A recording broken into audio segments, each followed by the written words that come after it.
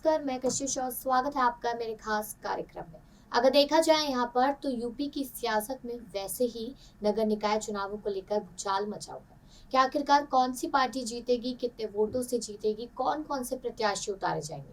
पहले नगर निकाय चुनावों की ही बात कर लेते हैं। देखा जाए तो यहाँ पर अब राजा भैया भी पूरी तरीके से मैदान में कूद चुके हैं और कहीं ना कहीं फिर से चुनाव लड़ने की बात कही जा रही है। वही मायावती ने तो सारे मुस्लिम प्रत्याशियों को उतार दिया है। और अगर यहाँ पर अखिलेश यादव की बात की जाए तो अखिलेश यादव के साथ जितने भी गठबंधन वाले दल थे वो खुद अब अलग होकर लड़ने की तैयारी में दिखाई दे रहे हैं। लेकिन योगी आदित्यनाथ की बात की जाए तो उनका साफ तौर पे कहना है कि हम किसी भी धर्म और जाति में भेद नहीं करते, हर जगह से हर किसी जाति के इंसान को उतारा जाएगा और यहाँ पर उतारा भी गया है। जितनी भी लिस्ट सामने आई है वो कहीं ना कहीं साफ करते हुए नजर आ रही है इस बात को। अब देखा जाए ज्यादा दिन नहीं बचे हैं निकाय चुनावों में और पूरी तरीके से हर एक दल कोशिश कर रहा है चुनाव जीतने की।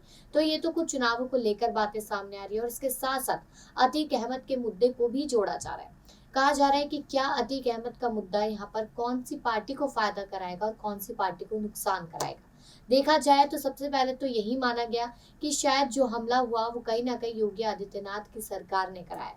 लेकिन जब यहाँ पर जय श्री राम के नारे लगने लगे तो उसके बाद सोशल मीडिया इस बात से भर गया कि यहाँ पर ये विपक्ष की करतूत है, क्योंकि अतीक अहमद और उनका गिरोह यहाँ पर काफी सारे राज खोल देता विपक्ष के योगी आदित्यनाथ के सामने या यूपी पुलिस के सामने। तो शायद ये नहीं चाहता था विपक्ष, इसलिए उन्होंने हमला करवा के हत्या करवा दी। ये बात यहाँ पर कही गई। अब कितनी सच्चाई है इन बातों में ये तो जो जांच लगातार चल रही है उसमें ही मालूम चलेगा। लेकिन वहीं पर अब दूसरा मुद्दा सामने आया मुख्तार अंसारी का। उनको भी समन भेजा गया, उनकी पत्नी को भी समन भेजा गया और कहीं ना कहीं गिरफ्तारी की जो खबरें आ रही है वो भी लगातार सामने देखने को मिल रही है। अब मुख्तार अंसारी के साथ भी कुछ ऐसा ही होगा, ये बड़ा सवाल बना हुआ है। और अब तीसरा मुद्दा और जो सबसे ट्रेंडिंग मुद्दा उत्तर प्रदेश में बन गया है वो है आनंद मोहन को लेकर। जी हाँ, आनंद मोहन की अगर बात की जाए तो वो भी सांसद रहे हैं आरजेडी यहाँ पर। और कहीं ना कहीं साथ ही साथ देखा जाए उनकी पत्नी लवली आनंद को, वो भी सांसद है, काफी बार सांसद रह चुकी है। लेकिन यहाँ पर वही सेम बातें देखी जा रही है जो अतीक अहमद के मामले में देखी गई कि अतीक अहमद सारी बातों पे मोहर लगाने से पहले शाइस्ता परवीन से पूछा करता था। और यहाँ पर आनंद मोहन जो है वो भी पहले अपनी पत्नी से सलाह लिया करते हैं, उसके बाद किसी न किसी मुद्दे पर बात करते हैं। अब यहाँ पर इतने सालों से वो जेल में थे, लेकिन जेल में कैसे थे? देखा जाए उम्र कैद की सजा उन्हें सुनाई गई थी। उसके बाद यहाँ पर कितनी बार वो पैरोल पर बाहर आए तो उम्र कैद की सजा तो उनकी हो ही नहीं पाई। और अगर उम्र कैद की सजा है तो रिहाई किस बात की? जो आज उन्हें सुबह रिहाई मिली, जो 7-8 बजे के करीब मिलनी थी, वो सुबह ही 4 बजे के करीब उनकी कर दी गई। और लेकिन कहीं ना कहीं ये देखने को मिला यहाँ पर कि आनंद मोहन जो है वो लगातार तमाम तरीके के सवाल उठाते नजर आए। अब यहाँ पर सवाल नीतीश कुमार की पार्टी के लिए भी बने हुए हैं। कहा जा रहा है कि नीतीश ने जो फैसला लिया वो पूरी तरीके से गलत था और गलत फैसला लिया। यहाँ पर जो जिन आईएएस की हत्या कर दी गई थी 19 के दौरान पे, उस समय पर ये कहा गया था कि उनकी पत्नी और बीवी, माफ कीजिएगा, पत्नी और यहाँ पर उनकी बेटी, दोनों ने बड़ी मांग रखी थी कि ये जो उम्र कैद है वो लगातार चलती रहे।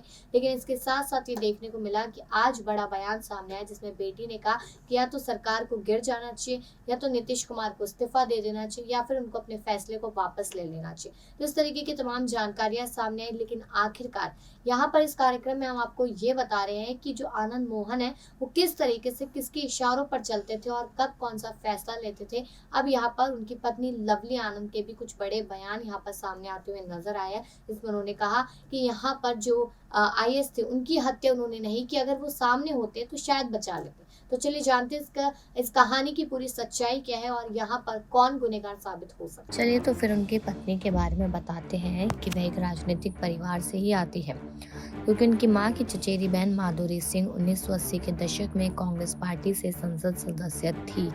लवली आनंद ने भारी वजन वाली सांसद किशोरी सिन्हा को हराया था, जो बिहार के पूर्व मुख्यमंत्री सत्येंद्र नारायण सिन्हा की पत्नी थी। किशोरी सिन्हा भी अपने चचेरे भाई श्यामा सिंह की सास थी। बताते चले कि आनंद 2 बार बिहार विधानसभा के सदस्य के रूप में भी चुने गए हैं, एक बार बाढ़ और फिर नंबेरगढ़ में जीते। उनके पति आनंद मोहन सिंह हैं, जिन्होंने 1991 में शादी की थी और जिन्हें 1994 के उपचुनाव में सफलता दिलाई थी। वे 1996 और 1998 में शिवहर से 2 बार सांसद रह चुके थे और उनकी पत्नी 2014 के आम चुनाव में समाजवादी पार्टी के उम्मीदवार के रूप में खड़ी हुई थी। उसने दावा किया कि उसने पार्टी की निष्ठा को बदल दिया था।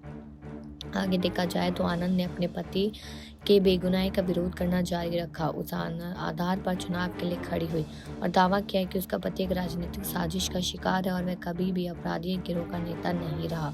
उन्हें और कुछ उनके पति के मामले दोषी पाया गया था, जो 2007 में निर्धारित किया गया था। आगे बता दें कि जिस समय आनंद मोहन ने अपनी चुनावी राजनीति शुरू की थी, उसी समय बिहार के मुजफ्फरपुर में एक नेता हुआ करते थे, छोटन शुक्ला। आनंद मोहन और छोटन शुक्ला की दोस्ती काफ़ी गहरी थी। 1994 में छोटन शुक्ला की हत्या हो गई। आनंद उनके अंतिम संस्कार में भी पहुंचे। छोटन शुक्ला की अंतिम यात्रा के बीच से एक लाल बत्ती की गाड़ी गुजर रही थी, जिसमें सवार थे उसमें गोपालगंज के डीएमजी किशनैया। अब लाल बत्ती की गाड़ी देख भीड़ भड़क उठी और जी कृष्णा को पीट कर मार डाला। जी कृष्णा की हत्या का आरोप आनंद मोहन पर लगा।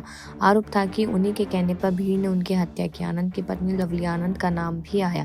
आनंद मोहन को जेल हुई। 2007 में निचली अदालत ने उन्हें मौत की सजा सुना दी।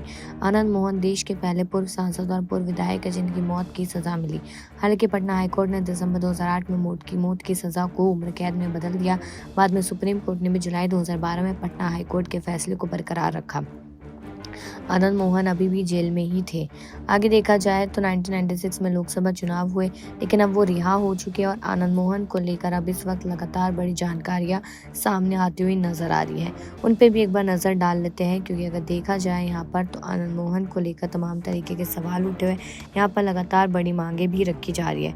अब आपको बता दें कि यहाँ पर जो IAS ऑफिसर थे, उनकी पत्नी और बेटी ने क्या बड़ी मांग रखी। उनकी पत्नी और बेटी ने मांग रखी कि यहाँ पर सरकार को अपना फैसला बदल देना चाहिए। बिहार के बाहुबली नेता आनंद मोहन उम्र कैद की सजा काट कर जेल से बाहर आ गए सुबह करीब 4 बजे के। और देखा जाए न केवल RJD और JDU बल्कि बीजेपी भी आनंद मोहन से बैर लेने के मूड में नहीं दिख रहा है।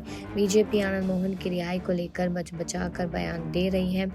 अगले साल होने वाले लोकसभा चुनाव पर सभी राजनीतिक दलों की नज़र है। जिस तरह नीतीश कुमार RJD के साथ जाकर सरकार चला रहे हैं और जिस तरह राष्ट्रीय स्तर पर विपक्षी दलों को एकजुट करने की कवायद में जुटे हैं, इससे साफ है कि वे किसी मामले में बीजेपी को बिहार में बढ़त देने के मूड में नहीं है।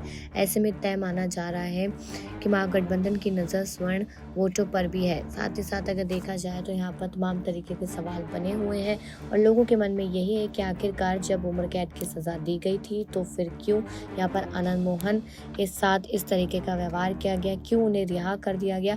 इसके साथ साथ ही देखा जाए तो यहाँ पर अब आनंद मोहन का परिवार राष्ट्रपति और PM मोदी से इस मामले में दखल देने की मांग करता हुआ नजर आ रहा है।